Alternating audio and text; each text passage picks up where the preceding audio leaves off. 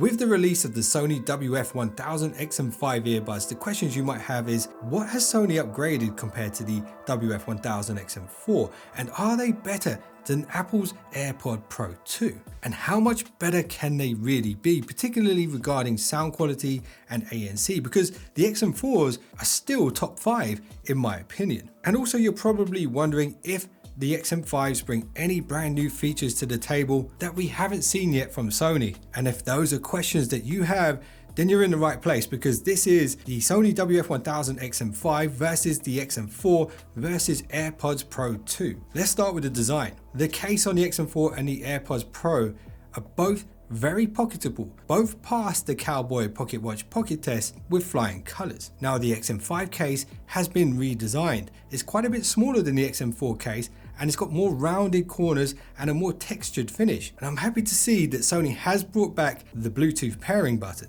And if I was to give the XM5 case a score out of 5 for the Cowboy Pocket Watch pocket test, it would be 4.8, because you've always got to leave room for improvement. All three cases support wireless charging, so there's no compromise there. The AirPods Pro do have an advantage with the built-in chime. So if you lose the case, you can find them, and they actually have a speaker built in, and they have the Apple AirTag feature where you can use the Find My to locate them. Both of the Sonys do use Google Fast Pair. This means you can find them on Google Maps. If you lose them, it will show the last known geolocation, and the buds themselves can chime, but there's no speaker built into the cases. Now the sizes of the buds are clearly different. The AirPods have the classic shower head design and are the most compact of the three. The WF1000-XM4 are unapologetically large in comparison to the AirPods, and the size and weight are one of the more common complaints that some reviewers had about these earbuds. And if that was one of your concerns, you'll be happy to know that the Sony WF1000-XM5 earbuds are now 25% smaller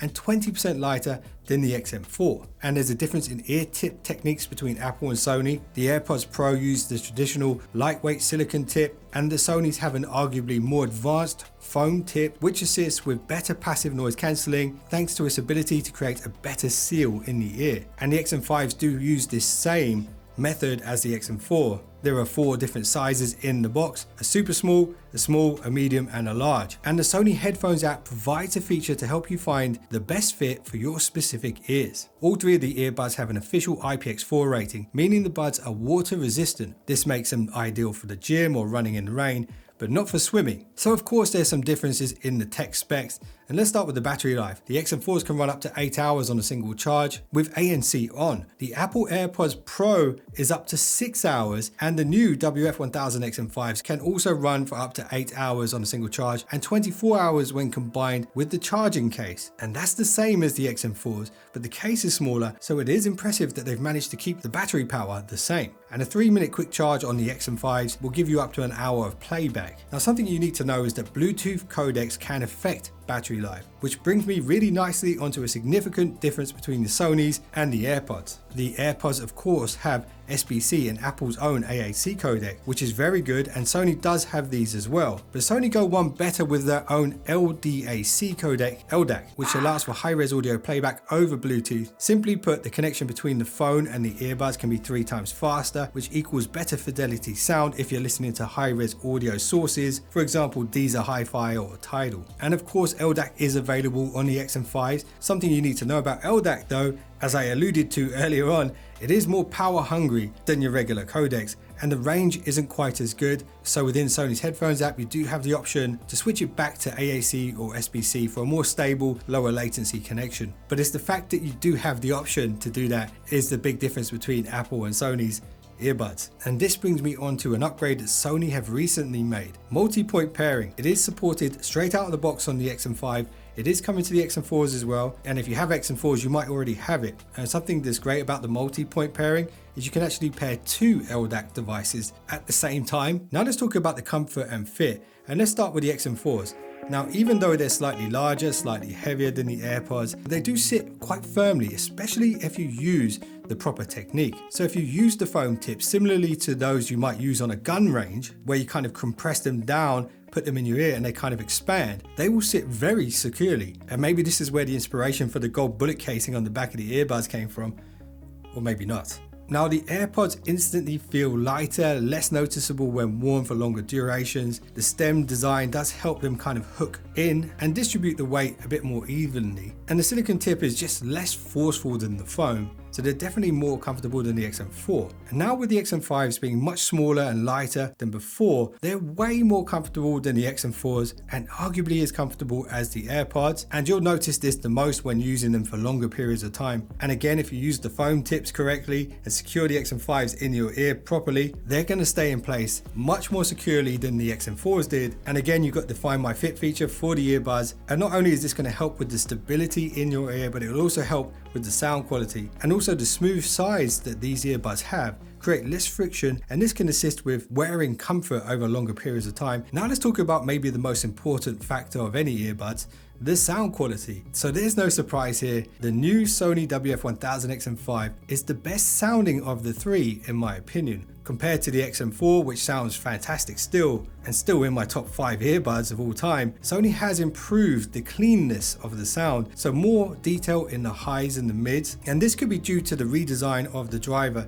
The XM5s have the new Dynamic Driver X, which uses more premium components to deliver a richer sound. The AirPods Pro 2 and the XM4 are very close in sound quality. The AirPods do sound excellent. They have a nice balanced sound and surprisingly good bass, but the XM4s do edge them out in the bass department and noticeably more in the detail department when listening to high-res audio. When both are running on the AAC codec, however, it's a much closer battle. But one area where the AirPods Pro have an advantage over the XM4s is in the spatial audio head tracking department. This is where you turn your head and the sound stays in place, which is a really cool effect and it can work really well sometimes. So you won't have that on the XM4s, but get this, here's another brand new feature that the XM5s bring to the table.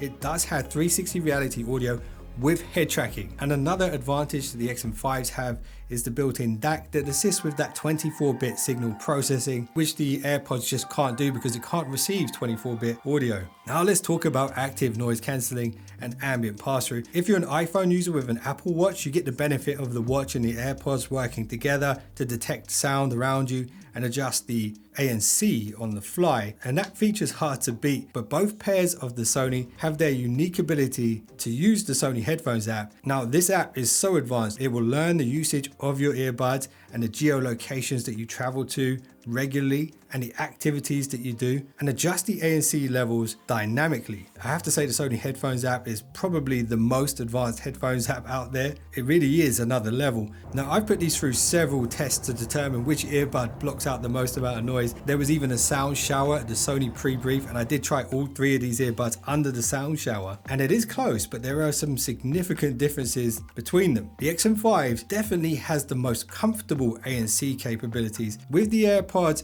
there was this kind of cabin pressure feeling that I was getting. With the XM4s, it was very powerful, maybe too powerful, and I did feel a little bit of the cabin pressure as well. The XM5 definitely performed the best in my opinion, and this could be due to the fact that Sony have improved all of the mics on the XM5 earbuds, and the noise cancelling has been improved by 20%, and this is likely due to the addition of extra mics on both sides. So there's now 1 feed forward mic and 2 feed backwards mics, and there's also a brand new V2 integrated processor combined with a HD noise cancelling processor, the QN2E. So it's been upgraded pretty significantly. Now if you're wondering about ambient pass-through, the goal is to allow the outside sounds through as if you're not wearing the earbuds at all, and quite often the downfall of ambient modes is too much white noise, a kind of hissing in the background. Now the AirPods Pro have an excellent ambient mode, one of the best out there in my opinion, and the XM4s also offer solid performance in ambient mode, but sits just behind the AirPods Pro 2, and the new XM5s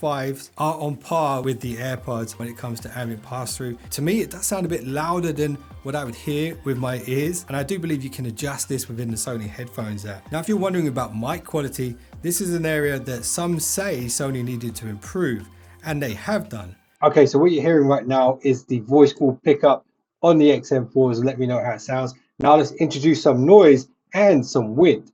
Okay, now I've got road noise and wind blowing directly at my face. How's it handling these harsh conditions?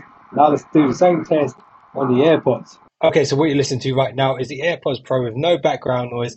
Let's introduce some background noise and see how they handle. Okay, so this is the same test, same sound, same wind noise as it compares to the XM4, and I want to see how the XM5 sounds. Okay, so what you're listening to right now is the XM5s with no background noise. They have repositioned the mics, and there's more mics, and they say it's better at resisting wind. So let's put that to the test. Okay, so once again, same track, same wind noise. How's it handling? Can you hear me better than you could on the other two? So there's a lot to consider here between these three earbuds, and if you're locked into the Apple ecosystem, you may benefit from AirPods convenience when switching between Apple devices and how it can work in tandem with the Apple Watch. And of course there's the Apple Find My feature, which is brilliant. But if you feel kind of trapped in Apple's walled garden and you're looking for an alternative and a worthy adversary with better sound quality, both the XM4 and the XM5 are great options for you. However, the brand new Sony XM5s offer the best sound overall, in my opinion, especially when you make use of that 24-bit 192 kHz playback with some proper high-res audio. Also, with the Sonys, you get complete control of the EQs and the ability to fully customize the user controls, not to mention the intelligent noise cancelling features and the speak to chat, where you can literally just start talking and whatever you're listening to will automatically pause or turn down.